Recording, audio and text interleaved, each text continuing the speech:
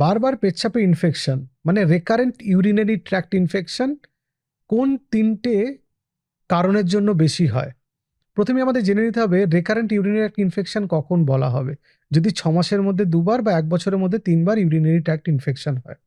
The most common কজেসের মধ্যে 1 নম্বরে bladder outlet obstruction বা incomplete emptying of the bladder বা মূত্রস্থলী খালি হওয়ার অসম্পূর্ণতাকে বলা হয়েছে।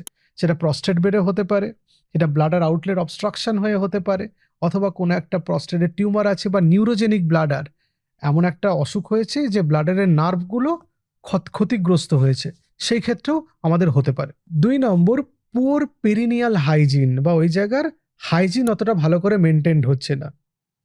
বারবার রেকারেন্ট ইন্টারকোর্সের জন্য হতে পারে বা বারবার ইন্টারকোর্সের জন্য হতে পারে শর্ট ইন্টারভ্যালে, বা যেই জায়গাটায় ইনফেকশন হচ্ছে মানে ইউরিনের জায়গাটা সেটা ভালো করে ক্লিন করা হচ্ছে না, বা সেই জায়গাটার পরিচ্ছন্নতার দিকে নজর দেওয়া হচ্ছে না, বা মহিলাদের ক্ষেত্রে স্পার্মিসিডাল কিছু ব্যবহার করছেন তারা বা ডায়াফ্রাম ব্যবহার করছে, সেইটা হতে পারে। কিন্তু এইটাও একটা মাথায় রাখতে হবে যে পেরিনিয়াল হাইজিন বা ওই জায়গার হাইজিনটা খুব ইম্পর্টেন্ট। আর 3 নম্বর, স্ট্রাকচারাল অ্যানোমালি বা ফাংশনাল অ্যানোমালি যদি কিছু থাকে, সেটা ইউরেথ্রাল স্ট্রিকচার হতে পারে, কিডনি স্টোন হতে পারে, ভেসিকো ইউরেটারিক রিফ্লাক্স হতে পারে, আর কিছু কনজেনিটাল অ্যানোমালি মানে জন্মগত সূত্রে পাওয়া কিছু গন্ডগোল, সেক্ষেত্রে এটা বেশি। মানে রেকারেন্ট ইউরিনারি ট্র্যাক্ট ইনফেকশন হলে আমাদের এই 3টে মূল কারণের কথা ভাবতে হয়। আর যে কারণটার কথা আমরা অ্যাভয়েড করে যাচ্ছি সেটা হচ্ছে ডায়াবেটিস।